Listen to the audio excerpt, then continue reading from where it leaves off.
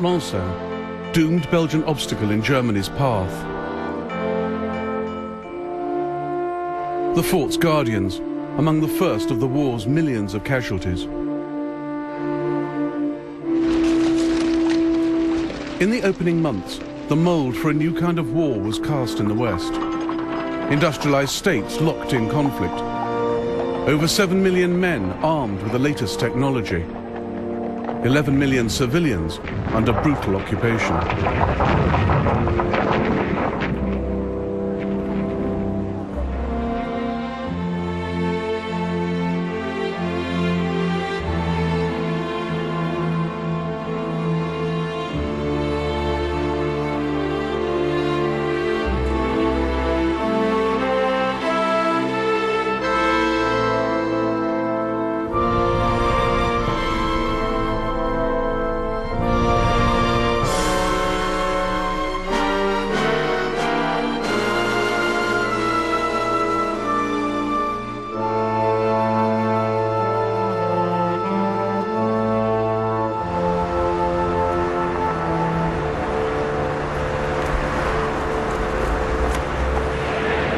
A rare wartime recording of Kaiser Wilhelm II addressing the German people. Es muss denn das Schwert nun entscheiden. Mitten im Frieden überfällt uns der Feind. Noch nie war Deutschland überwunden, wenn es einig war. Vorwärts mit Gott, der mit uns sein wird, wie er mit den Vätern war.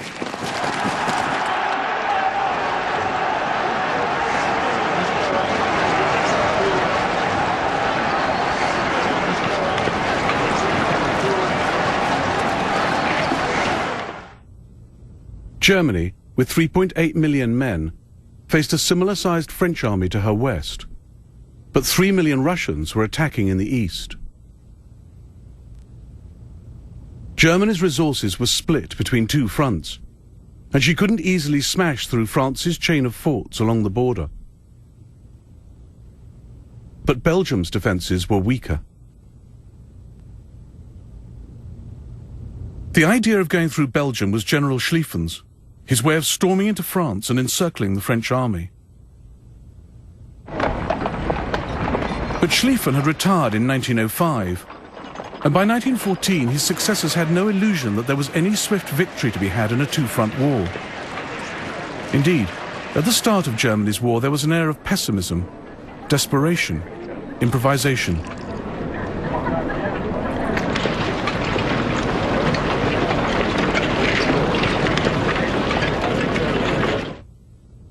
General von Moltke, the German commander, acknowledged the uncertainties. I will do what I can. We are not superior to the French.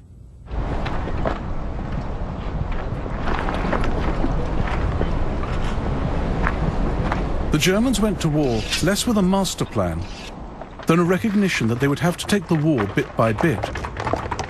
And the first bit was Belgium. The Germans knew Britain had guaranteed Belgian neutrality, but reckoned Britain would come into the war sooner or later, whichever route the Germans took into France.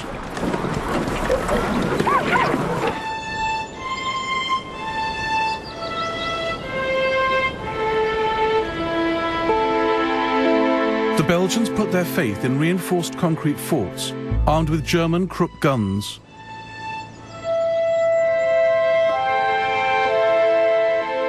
The Germans brought their massive siege guns, the Big Berthas, named after Krupp's daughter, to smash them.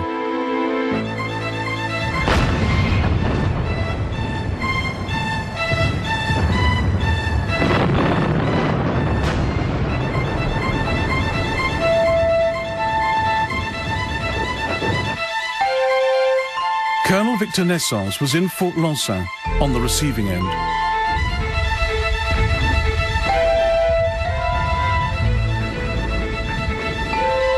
Once the thick metal shutters were pulled down, the heavy metal doors shut, the fort and its fate were sealed.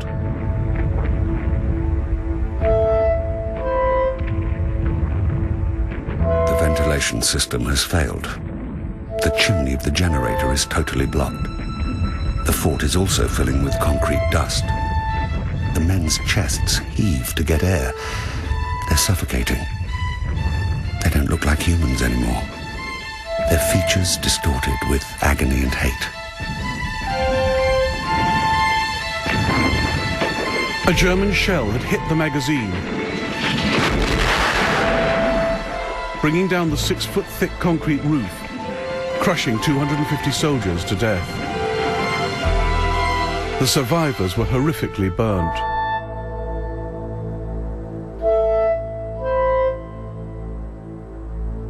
By the 16th of August, all the forts around Liège had fallen. But Belgium's war was only beginning.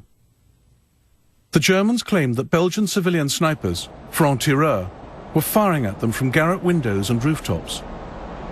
In fact, most of the shots came from small units of retreating French and Belgian soldiers, or from nervous German troops shooting at each other.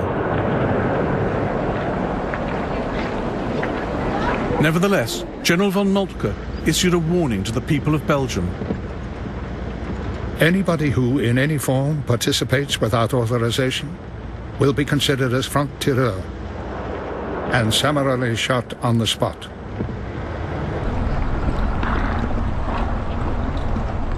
Rare German newsreel of suspected franc-tireurs being taken prisoner.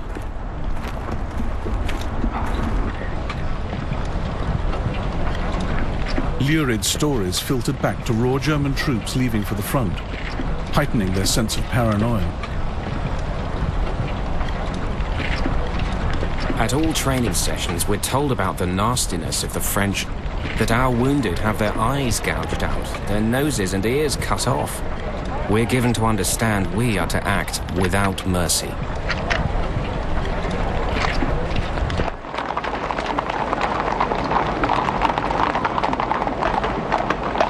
The pressure to maintain a speedy advance through a hostile population led to atrocities.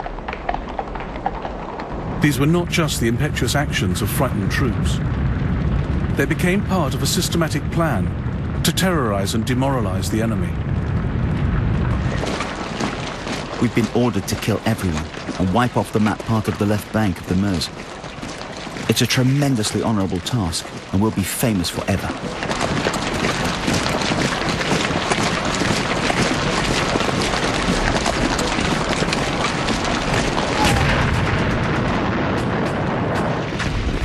The Belgian town of Tamines on the 22nd of August 1914. French troops kept up a storm of fire at the advancing Germans from across the River Sambre.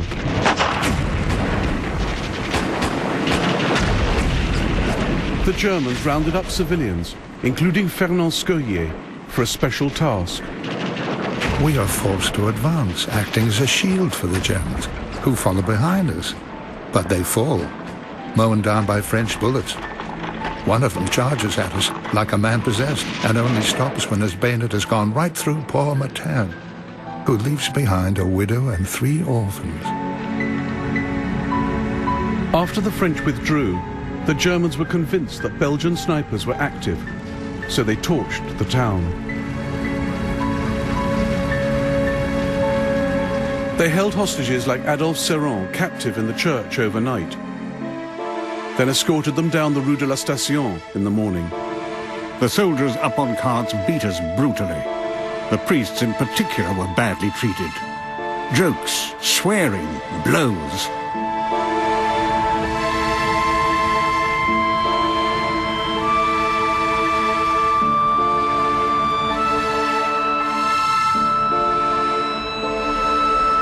Nearly 400 men, women and children, among them the priest, Father Donnet, were herded into the main square by the riverbank.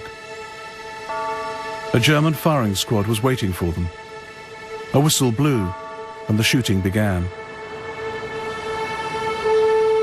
There was total chaos among the crowd. Some fell dead, others pushed blindly. I found myself on the ground, the tide moving above me. I was suffocating. I was hit by 2 bullets in the kidneys. I felt their holes drill into me.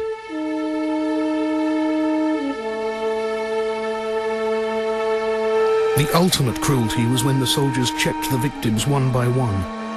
Any still alive they bayoneted violently, then threw them in the Sambre.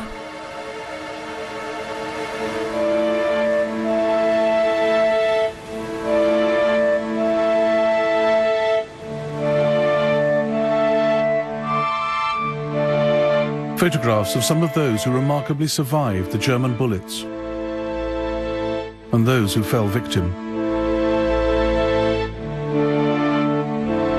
A total of 6,500 French and Belgian civilians, including women and children, were killed in the first month of the war.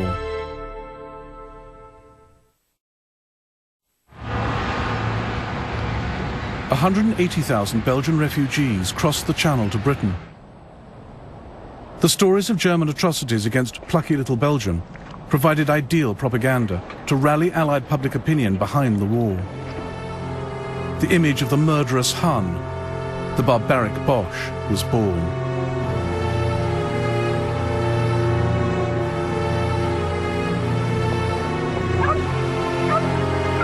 But what drove this nation, whose soldiers massacred women and children, razed towns to the ground, shot priests, yet had the engraving on their belt buckles, Gott mit uns, God is with us.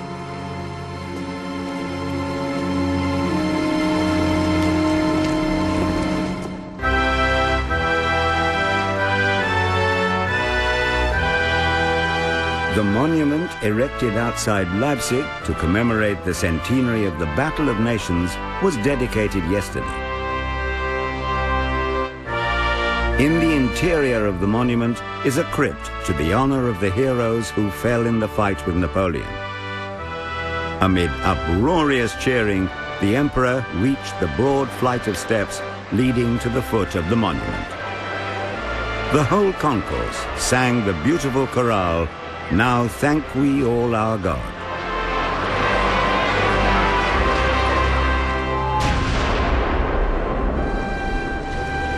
In 1913, Kaiser Wilhelm II celebrated his Silver Jubilee. Germany had not known war for 40 years and was enjoying spectacular economic growth.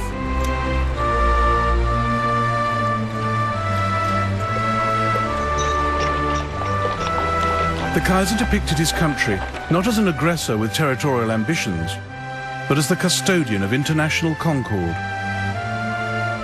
Germany is standing guarding the peace of the earth, at the door of the temple of peace, not only of Europe, but of the whole world. But Germany was only as old as that peace, welded just 40 years before out of 39 separate states. The Leipzig Memorial was a building block for German nationalism.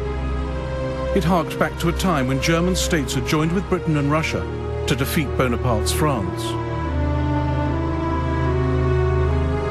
Its monumental architecture sought to embed the nation's roots in a shared past.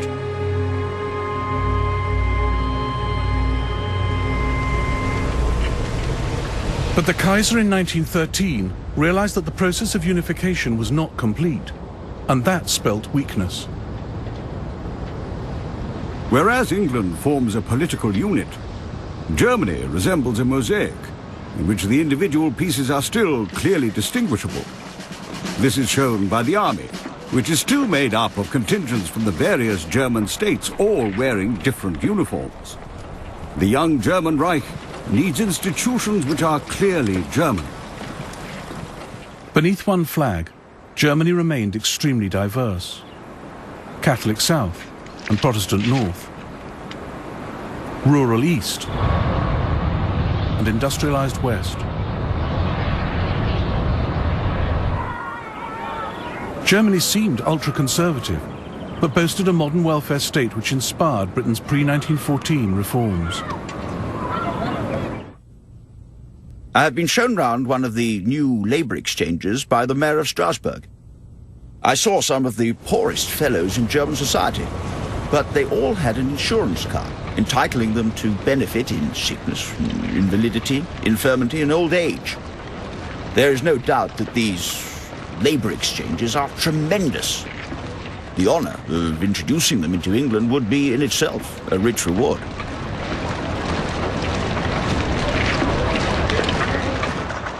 Men would die for Britain in the First World War who did not have the vote. Perhaps half failed to meet the qualifications. But in Germany there was suffrage for all men over 21. The largest party in the Reichstag, or parliament, was socialist, and yet none of this added up to democracy. Germany's government was accountable not to her people, via the Reichstag, but to her emperor. The call for political reform was growing loud, but Germany entered the First World War governed by an autocrat, and his character was as burdened by paradox as his country was.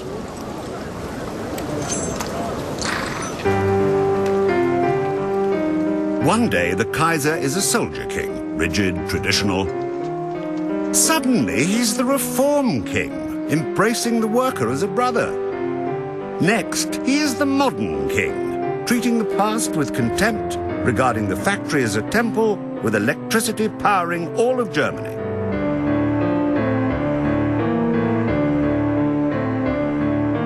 Kaiser Wilhelm II was Queen Victoria's oldest grandson, cousin to both Britain's George V and Tsar Nicholas II of Russia.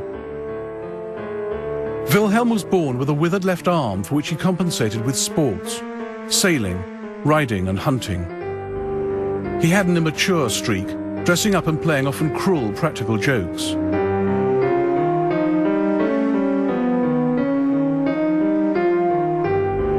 Wilhelm's right arm was incredibly powerful. With his rings turned inwards, he would squeeze the hands of visiting dignitaries so hard they would cry out.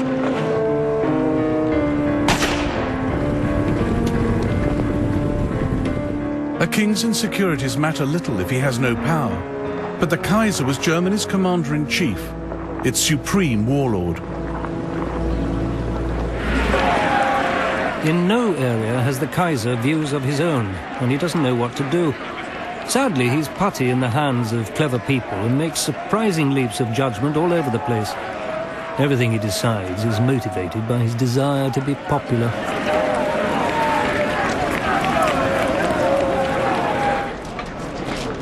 The Kaiser was most comfortable in the company of his officers. He was obsessed with uniforms and militarism.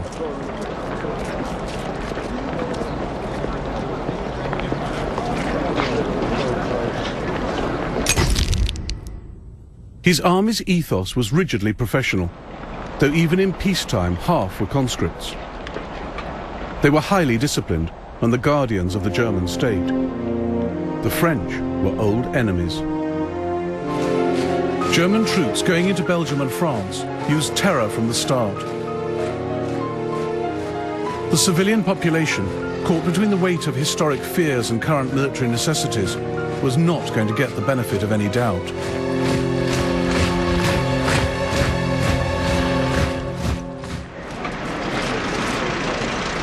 Belgian and French forces bore the brunt of the German onslaught. They were soon joined by British troops.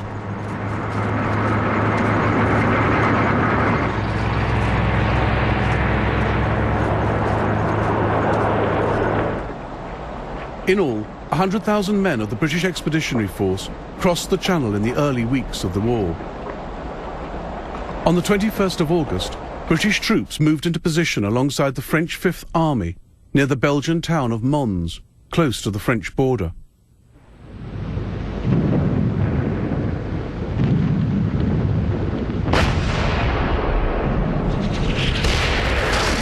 Two days later, the British, with 70,000 men, were hit by a German force 4 times the size. I focused the telescope and saw a number of little grey figures. More and more were appearing.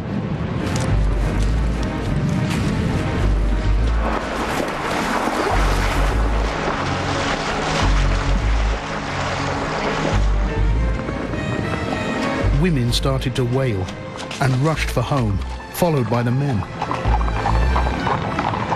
While children, torn by curiosity, lagged behind, turning to see. In a few seconds, all these civilians were fleeing along the roads.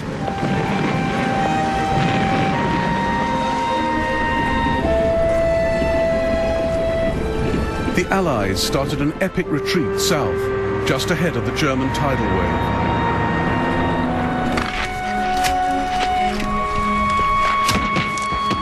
The war on the Western Front did not begin in the trenches.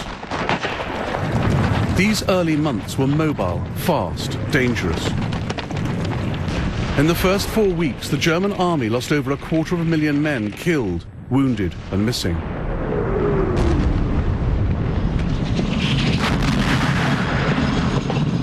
The front was constantly shifting, giving men no time to dig in. There was nowhere to hide in fields swept by machine guns and rapid-firing artillery.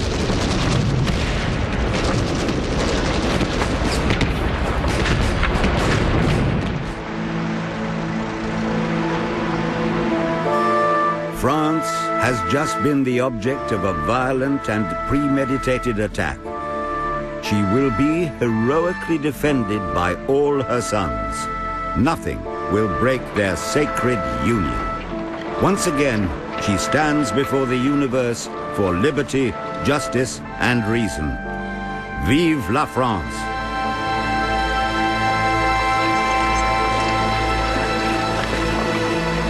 At the war's start, Poincaré had appealed to all France for national unity. By the 2nd of September 1914, the Germans were just 30 miles from Paris, and the sacred union was starting to crack. Trenches were dug, sandbags filled, barricades erected. The government left the capital for Bordeaux, triggering a general exodus. 1 million Parisians, a third of its inhabitants, fled the city.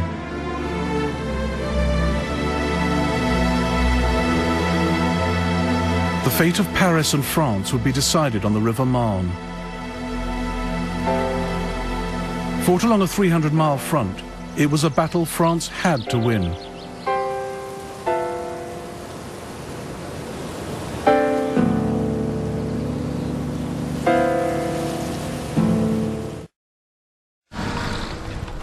Although the Germans had their enemy's capital almost in sight, their advance was outstripping supply lines.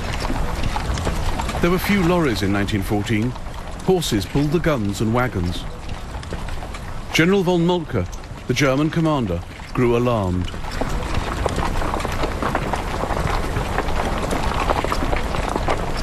We have hardly any horses left in the army which can take another step. We don't want to fool ourselves. We've had successes, but we're not victorious yet. Victory means annihilation of the enemy's resistance. But where are all the French prisoners and guns we should have been capturing? The French have retreated in a disciplined way according to a plan. The most difficult time lies ahead of us.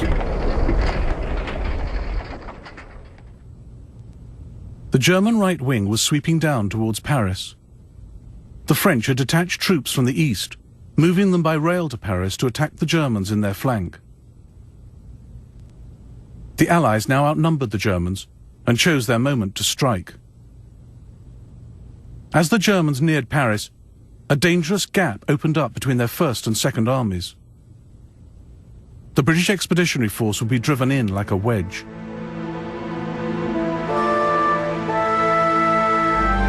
On the eve of battle, the French Commander-in-Chief, Marshal Joffre, addressed his officers. When a battle begins upon which the nation's salvation depends, we cannot look back. We must make every effort to attack and repel the enemy.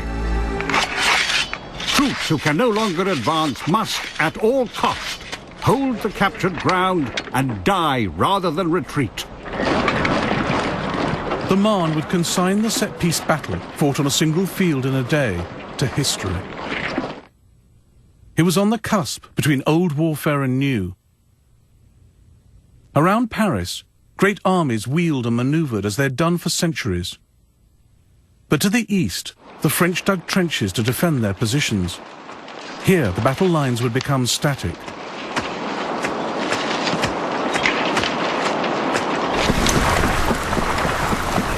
The Battle of the Marne began on the 5th of September, 1914.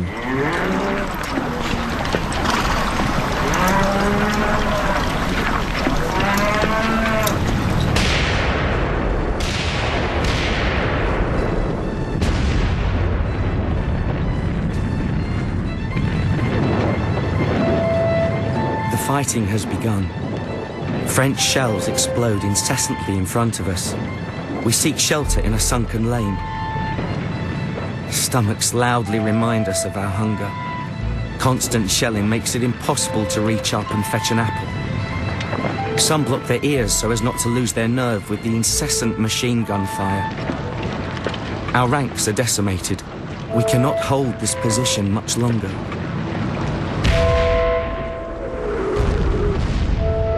Pieces of shrapnel whistled past me. I felt I'd been hit. My knee was giving way as I walked. I wasn't sure what had happened. I stopped and pushed my finger through a hole in my trousers. My finger kept on going into my leg. We turn towards the gunfire that rattles out on our right beyond Basse, where the shrapnel still rains down. The houses are burning.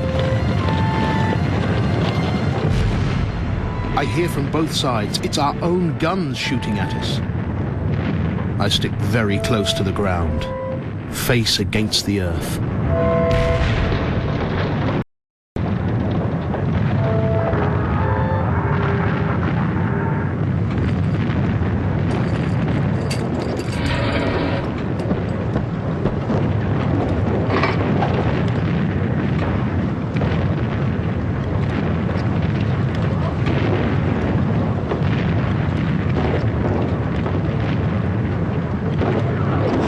For all its modernity, there were elements of the battle that Napoleon would have recognized. Cavalry, armed with lances, played an active role. No one wore tin helmets. And as these original colour photographs of the Marne show, some soldiers' uniforms owed more to the parade ground than to the needs of camouflage. There were easy targets in the early months. The Germans were in a shade of field grey, but the British were even more difficult to spot, as another German enviously noted. The colour of the English clothing is much more suited to the terrain than ours. It's a sort of browny green, a really dirty colour. This really is an advantage, although we're still going to win. With men dug in along so vast a front, aerial observation became vital. Balloons and planes gathered crucial information. They also began to take on a more active role.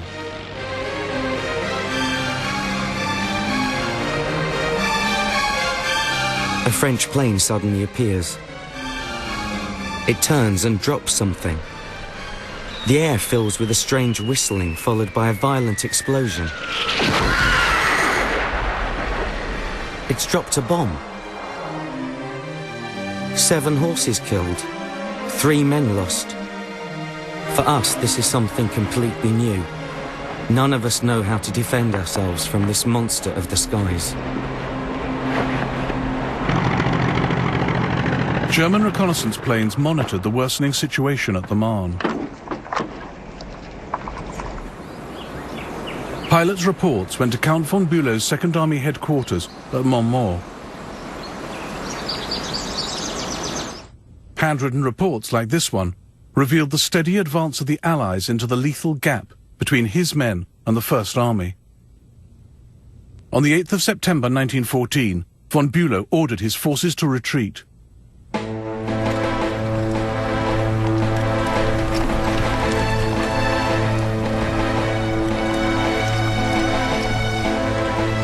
We continued to fall back, passing through French villages. In the faces of every inhabitant we saw scorn and derision.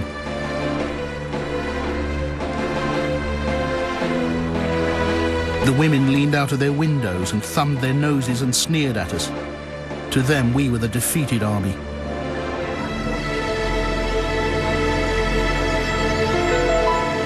The French referred to the battle as the Miracle on the Marne. France had been saved, but at a cost of 250,000 casualties, the same losses as the Germans. No future battle on the Western Front would average so many casualties per day.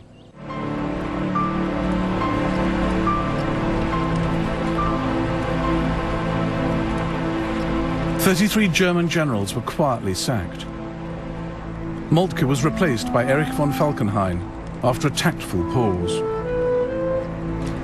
The German people were never told the truth about the Marne. Indeed, the myth at the war's end would be that the German army was undefeated in the field. But in a sense, they lost the First World War here, never having again the chance they had at the Marne to win a resounding victory against the Allies.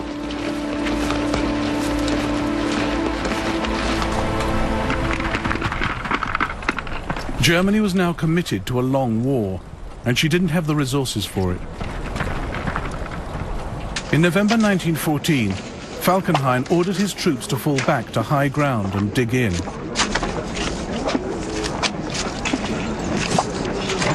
Unable to break through, the Allies had few options but to dig in as well.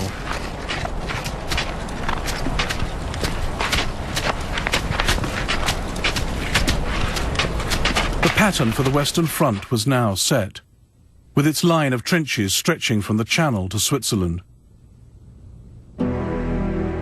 500 miles of mud and horror that would be home to the living and the dead for over 3 years.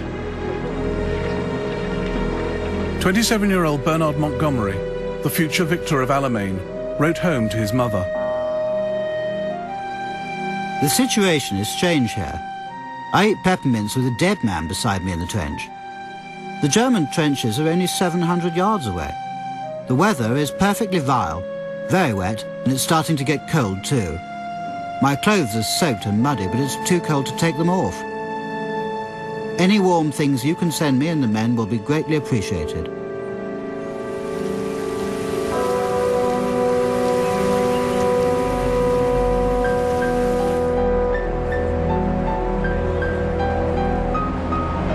And beyond no man's land, beyond the German lines, 11 million French and Belgian men, women and children were learning to adapt to their changed lives as civilians under German occupation.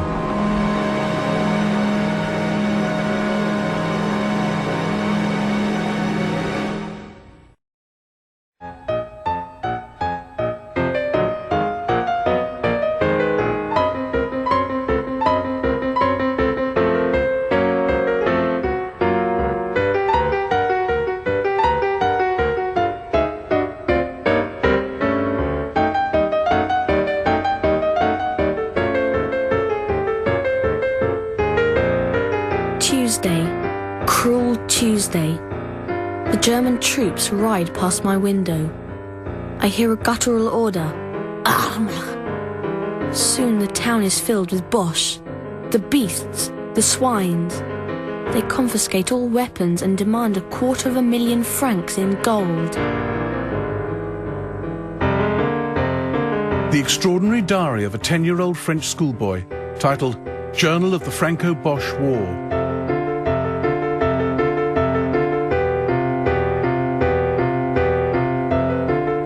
Congar lived with his family in this house in Sedan, eastern France. Yves' mother encouraged him to write a diary to keep him busy during the summer holidays. It became a unique record of the occupation. What Yves had seen when the Germans marched into Sedan was forced requisitioning.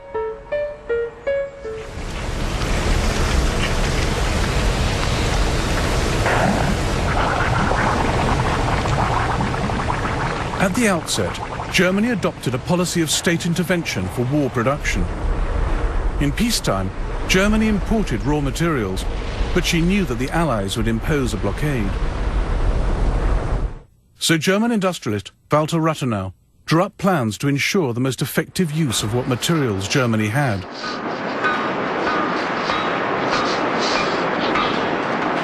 But after a few weeks of war, the German state had most of France and Belgium's industrial and mineral resources at its disposal. These were now taken back to Germany. Millions of tons of raw materials, plant and foodstuffs.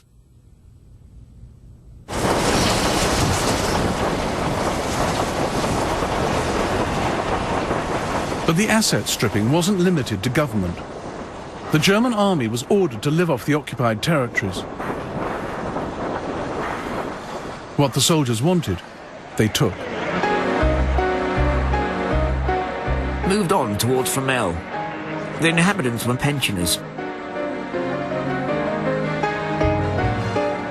Our boys found a stash of wine and eggs. We helped ourselves.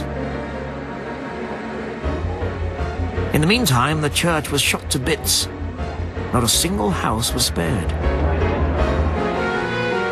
They have taken, rather stolen from us, straw, copper, oats, and the belongings of over 8 million people.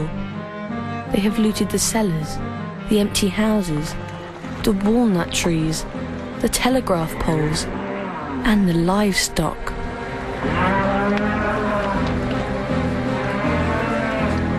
One doctor in Lille pleaded with the German authorities. My patient, Madame Lefebvre, is 86 years old. She's in a state of great weakness and serious malnutrition, which makes it absolutely necessary for her to keep her mattress. It wasn't just material loss. The Germans rounded up thousands of teenage boys and girls for forced labor. The last 3 weeks we have spent in the most terrible anguish and moral torture possible for a mother's heart. At 3 in the morning, these German heroes go out with a military band and machine guns and bayonets fixed to hunt down women and children, to take them away. God knows where or why.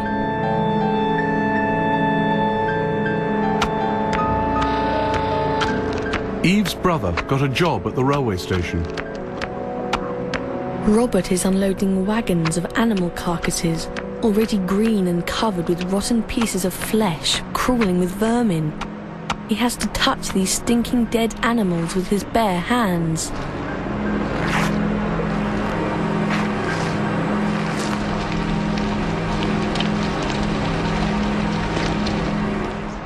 Occupied France was run like a military state, as this film of the German military police in Lille shows. Clocks were set to German time, new identity papers issued.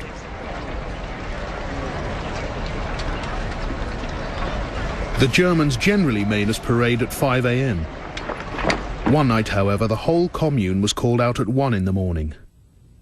An old man of 92 asked to be allowed to stay in bed. But the troops made fun of him, pushed him out of the house, and said that fresh air was good for the dying.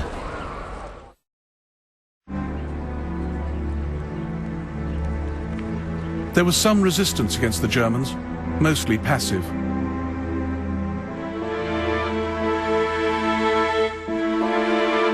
Belgian opposition was spurred on by the head of the Catholic Church, Cardinal Mercier.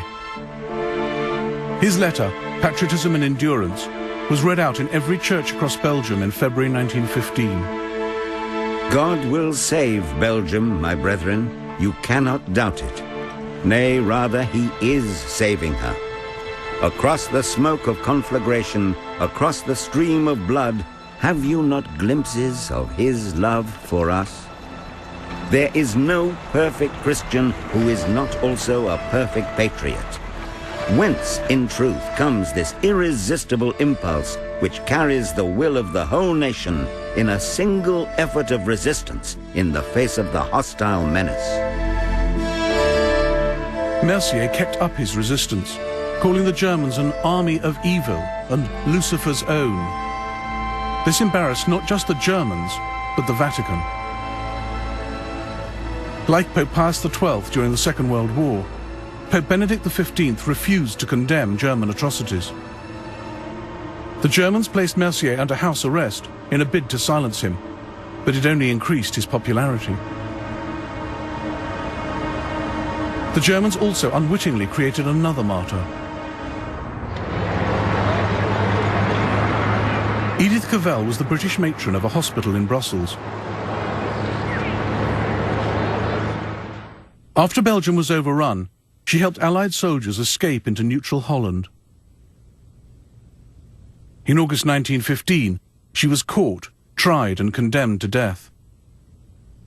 The night before her execution by firing squad, she spoke to the prison chaplain.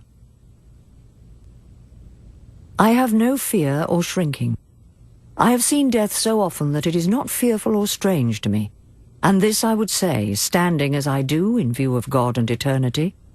I realize that patriotism is not enough. I must have no hatred or bitterness against anyone. The British exploited to the hilt stories of German atrocities against women, especially the shooting of Edith Cavell. Films like this one were made to show in neutral countries, particularly America.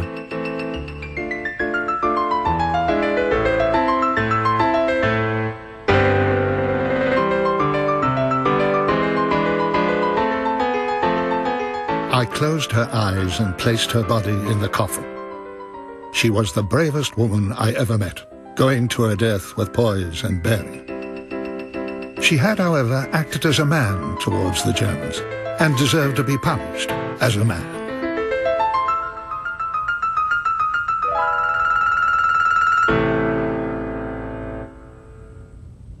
The Germans rounded up underground leaders, then posted notices of their execution. And they used another method to ensure civil obedience. They took hostages, including Yves Congar's father. The hour is near. The last meal together. The goodbyes. The hugs. I want to cry. Father walks to the station with just us boys. I bite my lip and feel my eyes tightening. Father says, "I love you. Farewell. Remember me." Then he kissed us. Every night I'll say a prayer for my father and the other hostages. Civilian men, women and children were packed into cattle trucks, sent to concentration camps as hostages and forced labourers. Several thousand French and 58,000 Belgians. A doctor's daughter from Lille learned what her father was suffering. Papa was locked up for 5 days for refusing to assist an operation carried out by a Boche. All food packages are opened and classified. The prisoners come each day to collect their provisions, but there's only one container. Milk, fish, fruit, all tipped into one bucket, because the Germans use the tins to make grenades.